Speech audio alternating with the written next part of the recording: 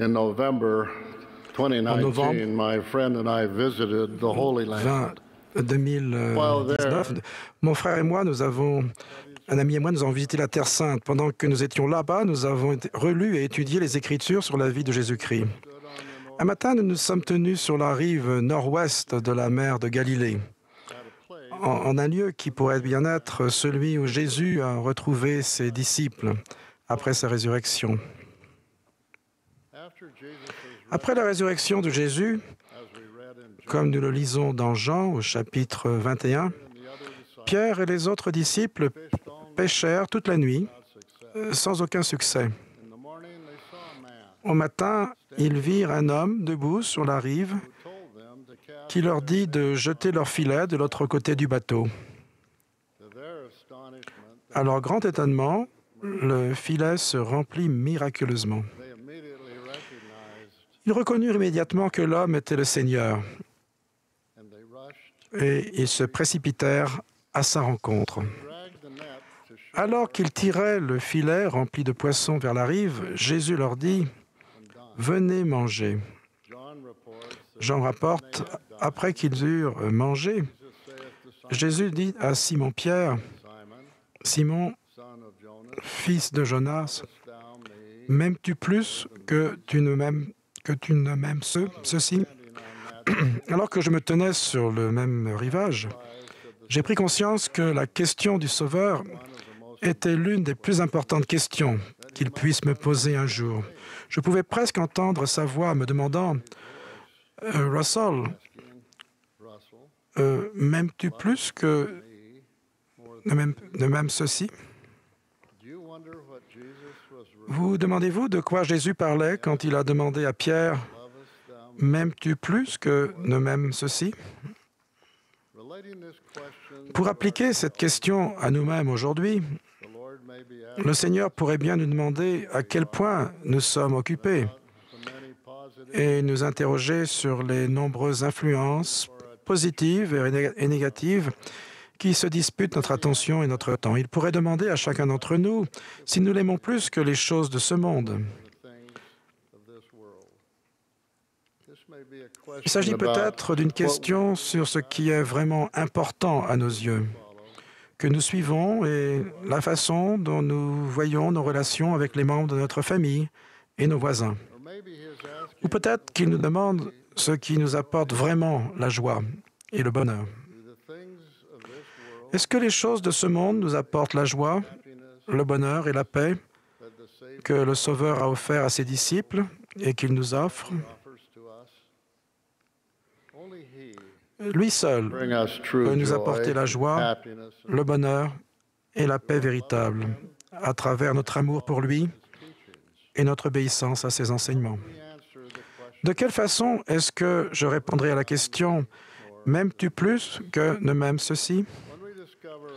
Lorsque nous découvrons un sens plus complet à cette question, nous devenons de meilleurs membres de notre famille, de meilleurs voisins et citoyens, de meilleurs membres de l'Église et de meilleurs fils et filles de Dieu. Du fait de mon âge, j'ai assisté à de nombreux enterrements. Je suis sûr que beaucoup parmi vous ont remarqué la même chose que moi. Lorsque nous rendons hommage à la vie d'un membre de notre famille ou d'un ami décédé, il est rare d'entendre parler des dimensions de la maison du défunt, du nombre de ses voitures et du solde de ses comptes bancaires. Il n'est généralement pas fait mention de ses publications sur les réseaux sociaux. À la plupart des enterrements, on se concentre sur les relations humaines de l'être cher, ses actes de service envers autrui, ses expériences et ses leçons de sa vie, ainsi que de son amour pour Jésus-Christ. Ne vous méprenez pas. Je ne veux pas dire qu'il est mal de posséder une belle maison ou une belle voiture, ni qu'il est mauvais d'utiliser les réseaux sociaux. Ce que je veux dire, c'est qu'en définitive, ces choses importent bien peu en comparaison de l'amour que l'on porte au Sauveur. Lorsque nous l'aimons et le suivons, nous avons foi en lui. Nous nous repentons. Nous suivons son exemple. Nous nous faisons baptiser et nous recevons le Saint-Esprit. Nous persévérons jusqu'à la fin et restons sur le chemin des alliances. Nous pardonnons aux membres de notre famille et à nos voisins, en oubliant les rancœurs que nous avons entretenues. Nous nous efforçons de respecter consciencieusement les commandements de Dieu. Nous tâchons d'être obéissants. Nous contractons des alliances et nous les honorons. Nous honorons notre père et notre mère. Laissons de côté les influences négatives du monde. Nous nous préparons pour la seconde venue. Dans le Christ vivant, le témoignage des apôtres, nous lisons « Jésus reviendra un jour sur la terre.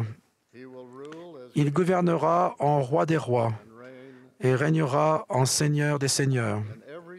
Et tout genou fléchira et toute langue confessera qu'il est le Christ.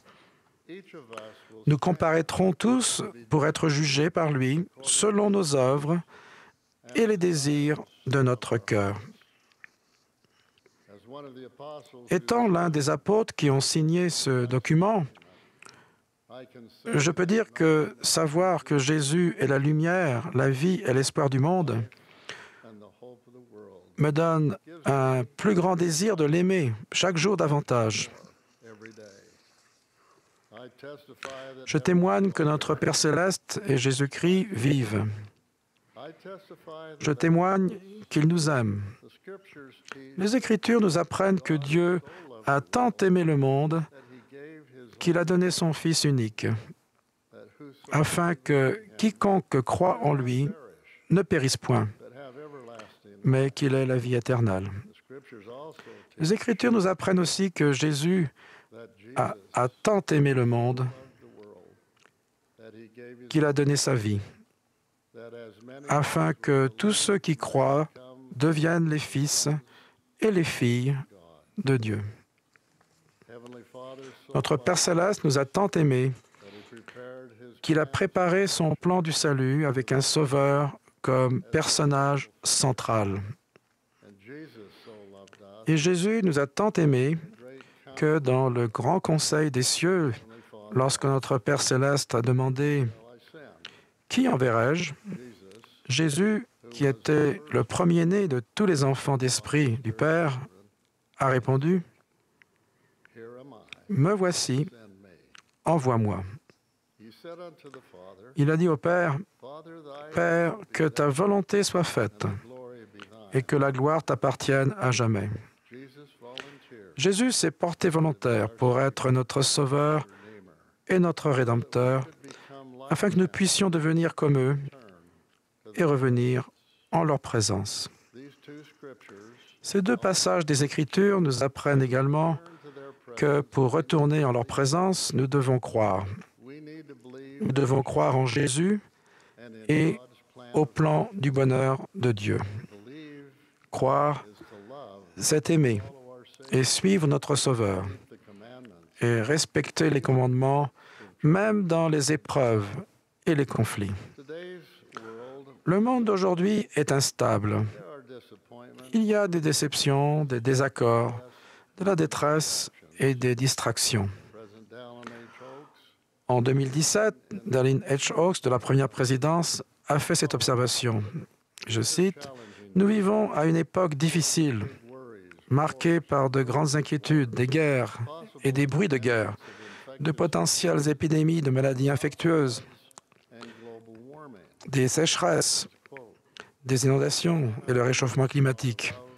Nous ne pouvons pas perdre notre amour pour Jésus, ni notre espérance en lui, même si nous affrontons des difficultés apparemment insurmontables. Notre Père céleste et Jésus ne nous oublieront jamais. Ils nous aiment. En octobre dernier, Russell M. Nelson, président de l'Église, nous a enseigné l'importance de mettre notre Père céleste et Jésus-Christ en premier dans notre vie. Le président Nelson nous a appris que l'une des significations du mot « Israël » est « laisser Dieu prévaloir ». Il a posé les questions suivantes à chacun de nous, et je cite, Êtes-vous disposé à laisser Dieu prévaloir dans votre vie? Êtes-vous disposé à laisser Dieu être l'influence la plus importante dans votre vie? Permettrez-vous à ses paroles, ses commandements et ses alliances d'influer sur ce que vous faites chaque jour? Permettrez-vous à sa voix d'avoir la priorité sur toutes les autres? Êtes-vous disposé à laisser toutes vos autres ambitions de côté et à donner la préséance à tout ce qu'il a besoin que vous fassiez? Êtes-vous disposé à ce que votre volonté soit engloutie dans la sienne? Fin de citation. Nous devons toujours nous souvenir que notre véritable bonheur dépend de notre relation avec Dieu, avec Jésus-Christ et les uns avec les autres. Une façon de montrer notre amour est de nous unir en famille, avec des amis et des voisins, pour accomplir des petites choses, pour mieux nous servir les uns les autres, faire des choses qui rendent ce monde meilleur. Que pouvez-vous accomplir dans votre propre vie pour montrer que vous aimez le Seigneur en premier? Lorsque nous cherchons à aimer notre prochain de la façon dont il les aime, nous commençons à réellement aimer les personnes qui nous entourent. Je demande à nouveau, comment répondriez-vous à la question du Sauveur? M'aimes-tu plus que ne m'aime ceci? Alors que vous méditerez sur cette question, tout comme je l'ai fait, je prie que vous puissiez répondre comme l'a fait Pierre il y a si longtemps. Oui, Seigneur, tu sais que je t'aime. Puis que vous le démontriez en aimant et en servant Dieu et les personnes qui vous entourent. Je témoigne que nous sommes bénis d'avoir l'Évangile de Jésus-Christ pour nous guider dans la façon dont nous vivons et dont nous nous traitons les uns les autres. En Christ, nous découvrons que chaque fils et fille de Dieu est très précieux à ses yeux. Je témoigne que Jésus-Christ est notre Sauveur bien-aimé. Il est le Fils unique de Dieu. Et je vous rends ce témoignage au nom de Jésus-Christ. Amen.